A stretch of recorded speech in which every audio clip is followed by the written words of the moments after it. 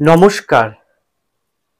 শেষ ৪৫ দিন যাদের মিথুন রাশি অথবা মিথুন লগ্ন, শেষ ৪৫ দিন ভীষণ মর্মাহত।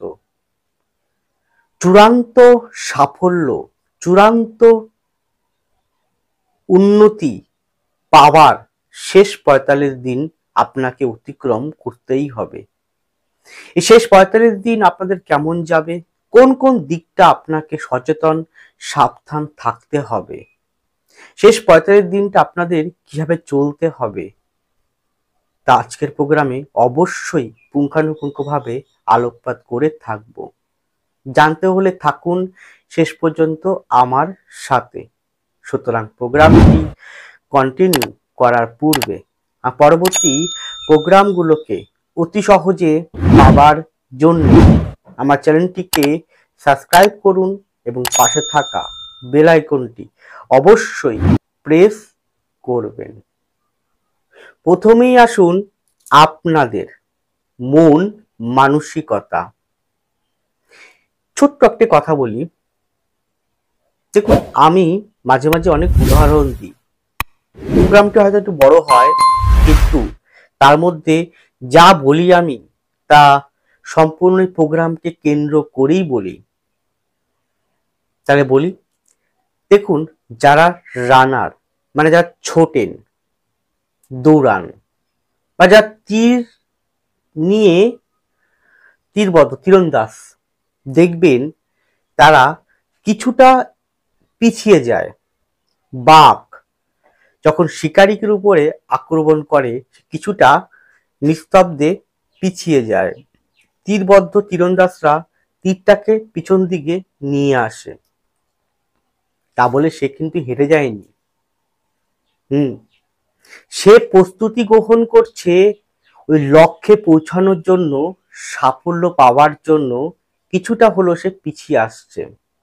এখানে এই পিছনের কথার মধ্য দিয়ে বলতে চাইছি যে শেষ ৪৫ দিনটা আপনাকে তৈরি হতে হবে।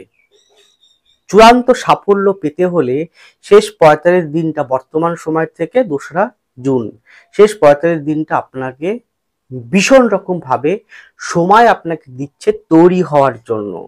তারপরেই তো আসছে আপনার জীবনে চূড়ান্ত সাফল্য।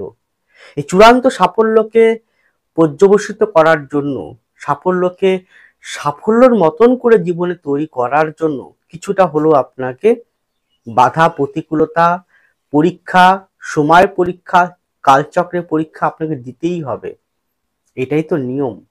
তাই এটাকে ভয় পেয়ে অযথা প্যানিক হয়ে আপনাকে চললে হবে না। আপনাকে মজবুত থাকতে হবে, লড়াই করতে হবে, সংঘর্ষ করতে হবে। আর সংঘর্ষ, লড়াই যে ব্যক্তি করতে পারে সে ব্যক্তি সাফল্য অর্জন করতে 100% পারে। আর এটাই হচ্ছে আমার কথা নয়, মনীষীদের কথা, এটা হচ্ছে ভগবদ গীতার কথা। এবার আসি আমি মন মানসিকতার বিষয়ে। দেখুন এই প্রোগ্রামগুলো করছি আমি সার্বিক, ইন জেনারেল, সকলের উদ্দেশ্যে, ব্যক্তিগত আপনাকে উদ্দেশ্য করে নয়, সকলের জন্য। তাহলে মন মানসিকতার ক্ষেত্রে বলতে গেলে আগামী ৪৫টা দিন ভীষণ মর্মাহত হতে হবে আপনাকে। আপনার চাহিদা, আপনার ইচ্ছে পূরণ না হওয়ার জন্য। তা বলে এটা নয় যে পূর্ণ হবে না। হয়তো এই ৪৫ দিনটা পূর্ণ হতে গেলে অনেকটা কষ্ট পেতে হবে, অনেকটা দুঃখ পেতে হবে, অনেক কষ্ট পেতে হবে, কিন্তু পূর্ণ আপনার হবে যদি আপনি পরিশ্রমটা সফলতা সহিত এগোতে পারেন, পরিশ্রম করতে পারেন। সেই পূর্ণর এখনের কর্ম করা ফল আগামী দিনে আপনাকে যথেষ্ট ভালো ফল দেবে। তাহলে কি করতে হবে আপনাকে? আপনাকে কর্ম করে যেতে হবে প্রতি মুহূর্তে। দেখুন আপনাদের দ্বাদশে বৃহস্পতির অবস্থান রত রয়েছে। সে বৃহস্পতি মঙ্গল নক্ষত্র নিয়েছে। বৃহস্পতি ক্রমাগত আপনাদের রাশি বা লগ্নের দিকে সে মুভমেন্ট করছে, এগিয়ে আসছে। আপনার দ্বিতীয় মঙ্গল রয়েছে, এদিকে আপনার দশম ভাবে একাধিক গ্রহের সংযোগ রয়েছে, যেমন রাহু রয়েছে, শনি প্রবেশ করে গিয়েছে, শুক্র বক্রী অবস্থায় আছে, বুধ আছে যে রাশির আপনাদের অধিপতি, রবি রয়েছে, চতুর্থে কেতু রয়েছে। তাহলে এই মতো অবস্থায় বলা যেতে পারে যে আপনাকে যেহেতু অধিপতি, এখানে খুব শনি কোনো ফ্যাক্টর, অনেকে প্রশ্ন আমাকে করেছেন এই বিগত কয়েকদিনের মধ্যেই ফোন করে বা চেম্বারে এসে, যে শনি তো প্রবেশ করে গেছে, তো ভালো তো কিছু পেলাম না, উল্টা খারাপই হচ্ছে। শনি কোনো ফ্যাক্টর না, শনি এখনো 1 ডিগ্রিতেও পৌঁছায়নি। শনি 3 ডিগ্রি না কভার না করা পর্যন্ত সে ফল দেওয়ার মতো জায়গা থাকে না। শনি সম্পূর্ণ এখন রাহুর দ্বারা প্রভাবিত, রাহু এখন কন্ট্রোলার। তাহলে কি হচ্ছে, রাহু সমস্ত রকম নেগেটিভিটি আপনাকে দিচ্ছে। কি করছে সে, সে আপনার দশম ভাব থেকে সে যেমন আপনার অধিপতিকে নষ্ট করছে, এদিকে অধিপতি কিন্তু নিজস্ব অবস্থায় আছে। ১৭ তারিখে নিজ ভঙ্গ হবে, কারণ তখন শুক্র বক্রী থেকে ডাইরেক্ট হবে এবং বুধ শুক্রের যে কম্বিনেশন নির্ভঙ্গ হয়ে যাবে। তাহলে এদিকে আপনার যে পঞ্চম দৈবপতি শুক্র, তাহলে এখানে মূল ফ্যাক্টর নষ্ট করছে কে, সময়টা খারাপ প্রতিপন্ন হচ্ছে কে, ছোট্ট প্ল্যানেট কিন্তু বড় ভূমিকা গ্রহণ করে, সেটা হচ্ছে বুধ আর শুক্র। এদিকে মঙ্গলের উপরে রাহুর দৃষ্ট রয়েছে, মঙ্গল নিচস্থ অবস্থায় রয়েছে। এই মত অবস্থা আপনাদেরকে ভীষণভাবে সাবধানতা অবলম্বন করতে হবে। কোনো প্রকার, কোনো যেভাবেই হোক হঠকারিতা বর্জিত করতে হবে। কি বললাম, হঠকারিতা, তাড়াহুড়া করাটা আপনাকে ত্যাগ করতে হবে। যে কাজটা করছেন 10 বার ভাবুন, 20 বার ভাবুন, 100 বার ভাবুন, তারপরে কাজটাকে করুন। না হলে কিন্তু হঠকারিতার বশে আপনি অনেক সূক্ষ্ম সূক্ষ্ম বিষয় কিন্তু ভুল করে চলে আসবেন। আর এখনের ভুল করার মাসুল, তার মানে ভুল করছে, কর্ম করছেন, তাহলে পরবর্তীকালে আপনার তার এফেক্ট পেতেই হবে। আমার কাজটা হচ্ছে এটাই, আপনাকে সচেতন করা। যারা আমার কাছে আসে কনসালটেন্সি নেয় ব্যক্তিগতভাবে হরস্কোপ বিচার করা চেম্বারে এসে, তাই যেমন হরস্কোপটি দেখি, আমি পামটাও দেখি, দুটোকে ভালো করে অ্যানালাইজ করি। আমি তাদেরকে বারবার বলি আমি যে আমি এই ধরনের সচেতন বা সূক্ষ্ম সূক্ষ্ম জায়গাগুলোকে ধরিয়ে দিই, মূল জায়গা যে কোথায় প্রবলেমটা হচ্ছে, কি কারণে হচ্ছে, এই জায়গাগুলোকে আপনি ত্যাগ করুন, দেখুন আপনার জীবনটা অবশ্য সুন্দর হবে। তার জন্য বারবার বলি কনসালটেন্সি নেওয়ার কথা, আপনার ভালোর জন্য, আপনার সুখের জন্য, আপনার সাফল্যের জন্য। তাহলে এখানে কি হলো, আপনি হঠকারিতা নেবেন না।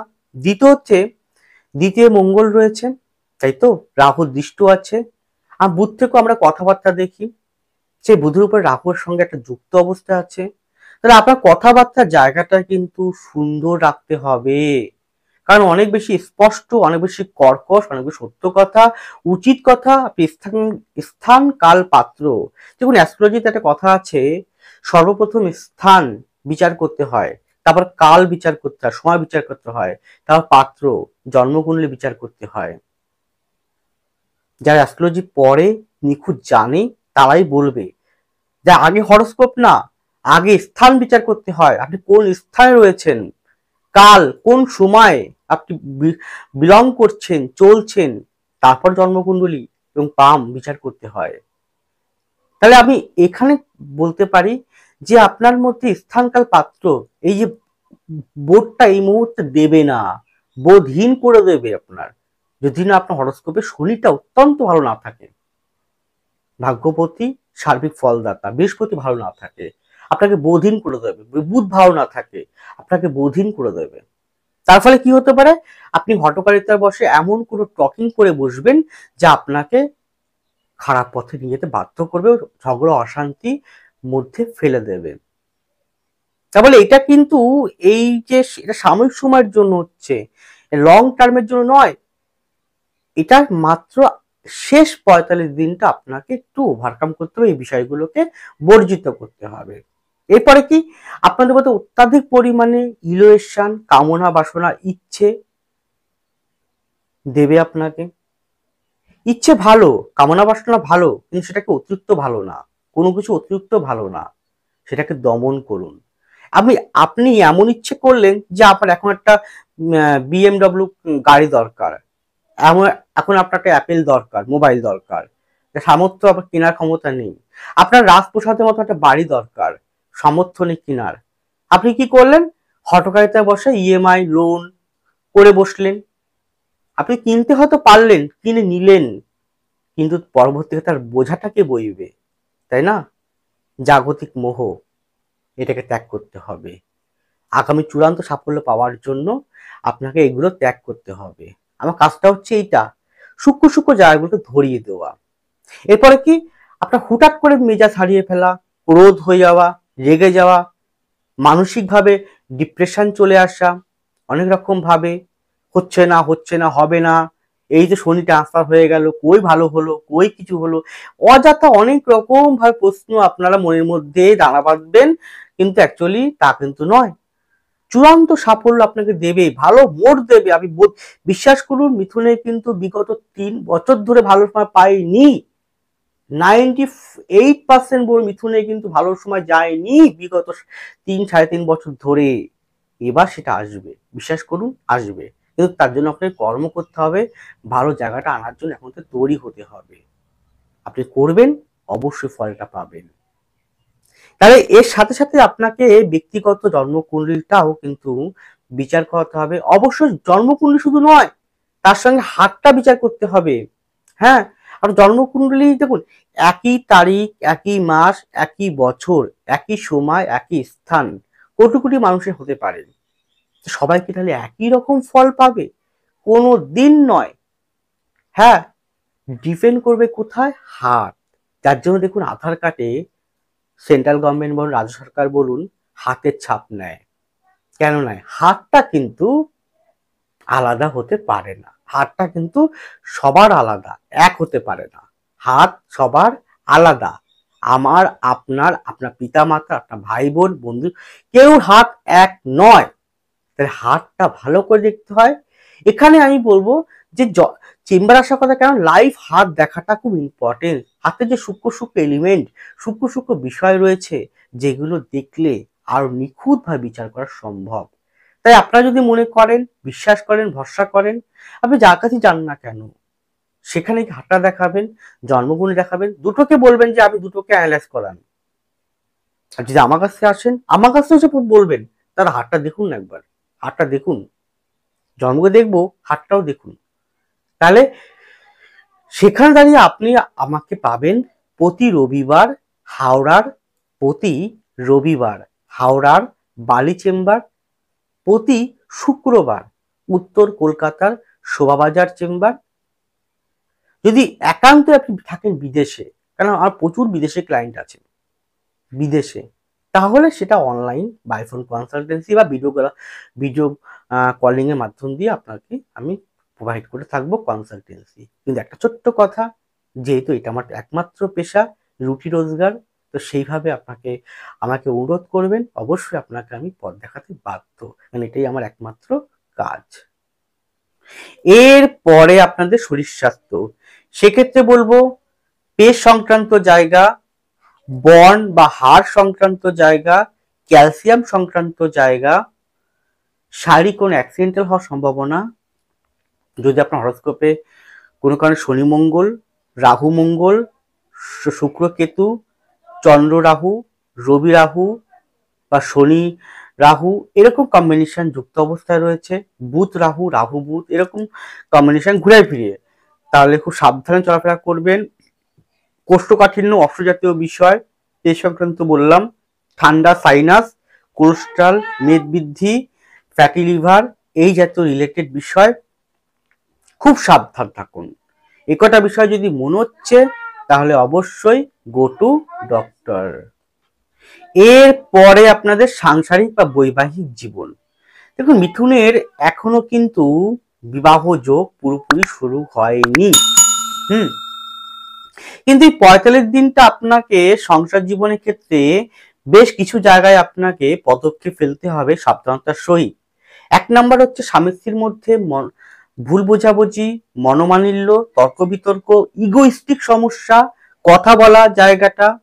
আর বাড়ির যদি বয়োজ্যেষ্ঠ যে কোনো ব্যক্তি থাকে, তিনি আপনার মাতা হতে পারেন, তিনি আপনার পিতা হতে পারেন, তিনি আপনার ঠাকুরদা ঠাকুমা হতে পারেন, তাদের শরীর স্বাস্থ্যের প্রতি ভীষণভাবে কিন্তু কেয়ারফুলি যত্নবান থাকবেন।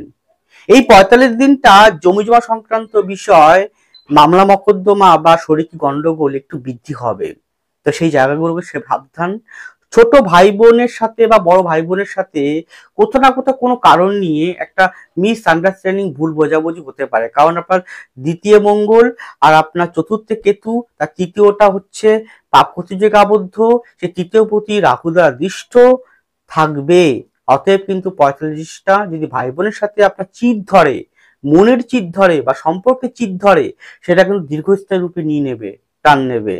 সাবধানতা অবলম্বন করতে বলছি। কোনো প্রকার তর্ক বিতর্ক যেন ভাই বোনের সাথে না হয়, সেদিকটা খেয়াল রাখুন। এছাড়াও এই সময়টা আমি বলবো কোনো প্রকার বাড়ি নির্মাণ করার ক্ষেত্রে একটু সাবধানতা অবলম্বন করে, বাড়ি সেল করার ক্ষেত্রে সাবধানতা অবলম্বন করবেন। কোনো প্রকার হঠকারিতা নেবেন না।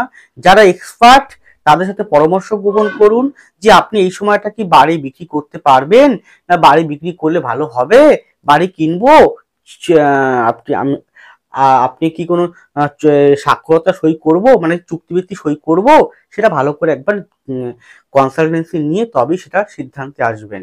কারণ আপনার সিদ্ধান্ত কিন্তু ভুল বারবার হবে। গেল। এছাড়াও বাড়ির মধ্যে একটা বিশৃঙ্খল পরিবেশ কিন্তু আপনাকে মেনটেন বেড়ে যাবে। তো সেই জায়গাটা মেনটেন করতে হবে, শান্তি বজায় রাখতে হবে এই 45টা। কিন্তু এই 45 দিনটাই আপনার জন্য একটু কষ্টকর, দুঃখময়, জ্বালা যন্ত্রণাময়। কারণ আমরা প্রত্যেকেই সংসার জীবনের মানুষ। আমরা যে যার মতন কাজ করি, বাইরে থাকি, আবার ঘরে ফিরে আসি তো, আপনি আসেন, আমি আসি, প্রত্যেকেই আসে। আমরা আবার সেই বাড়িতেই প্রবেশ করি। দিনের শেষে বাড়িতেই আসতে হয়। তা বাড়িতে এসে যদি দেখি সবার বাংলা পাঁচের মতন মুখ করে বসে আছে, বা কথায় কথায় খিটখিটে, কথায় কথায় মেজাজ হারিয়ে ফেলছে, ঝগড়ার অশান্তি হচ্ছে, তাহলে কার না ভালো লাগে বলুন তো? তাহলে বাড়িটাকে শান্ত রাখার দায়িত্ব আপনার। যদি আপনি বড় হন বা ছোট হন, যেই হন না কেন, শান্ত রাখার পরিবেশ, শান্ত রাখার চেষ্টা করুন। এছাড়াও কি বলবো, যে এখানে কিন্তু কিছু গোপন শত্রুতা, ঈর্ষাপরায়ণ ব্যক্তিত্ব বারবার করে সমস্যা ফেলবে বাড়ির পরিবেশটাকে নষ্ট করার জন্য, ভাগাভাগি করার জন্য, দুভাগ করার জন্য, অশান্তি লাগিয়ে দেওয়ার জন্য। তাদের থেকে সাবধান। মানে বিষধর কালকে উঠে কূটনৈতিক শকুনি মামার মতন, কৈকির মতন ব্যক্তিবর্গ থেকে সাবধান থাকুন। না হলে 45 দিনটা কিন্তু তাদের জন্য বাড়িতে অশান্তি পরিপূর্ণরূপে দানা বাঁধবে। অলরেডি তার ভাইব্রেশন শুরু হয়ে গিয়েছে, এটা চলবে, তো খুব সাবধান। কিন্তু আমি বলতে পারি, যদি আপনার শরীরটা খুব ভালো থাকে, বৃহস্পতি খুব ভালো থাকে, কিছুটা হয়তো মেকআপ করতে পারবেন, পুরোটা পারবেন না। কিন্তু 45 দিনটা যাওয়ার পর আপনার অবশ্যই কিন্তু ভালো কিছু লাভ করতে পারবেন। ব্যক্তিগত জন্মকুণ্ডলী, ব্যক্তিগত পাম, ব্যক্তিগত বাড়ির সকলের হরোস্কোপ, বাস্তু দেখাটা কিন্তু ভীষণভাবে প্রয়োজন রয়েছে। এছাড়াও বলতে পারি, সন্তান নিয়ে অহেতুক উদ্বিগ্ন চিন্তা থাকবে। কারণ সন্তান এখানে, সন্তানের যে পতি, পঞ্চম পতি, এবং সন্তানের পঞ্চম পতি সে হচ্ছে কোথায়, সে রাহু দ্বারা দৃষ্ট আর বুধা যুক্ত। তাহলে সেখানে সন্তান কোনো বিপথে চলে যাওয়া, কোনো লাভ, ভালোবাসা, প্রেম প্রীতি, মোহ, সঙ্গ দুষ্ট হওয়া, তাহলে সেক্ষেত্রে কিন্তু তার দিকেও নজর রাখতে হবে। আর যেহেতু আপনার ষষ্ঠপতি হচ্ছে মঙ্গল, ষষ্ঠপতি মঙ্গল, সে দ্বিতীয় বসছে, আর শত্রুর জন্য অযথা টাকা ব্যয় হওয়া, ধার দেনা ঋণগ্রস্ত হয়ে পড়া, হয়তো সব পরিস্থিতি চাপে পড়ে ধার দেনা করে ফেললেন আপনি পরিবারের জন্য, কিন্তু সেটা কিন্তু হওয়ার যোগটা রয়েছে। আর সন্তানের কিন্তু যে কোনো ভাবেই হোক একটা দুর্ঘটনা, শারীরিক অবনতি, বা কোনো প্রকার ভুল সঙ্গ দোষে দুষ্ট হওয়া, পড়াশোনা থেকে অন্য কিছুর প্রতি মন চলে যাওয়া, সেটা কিন্তু বেশ ঘটাবে। তাই সন্তানের হরস্কোপটিও পারলে একবার কাউকে দিয়ে বিচার করিয়ে নেন।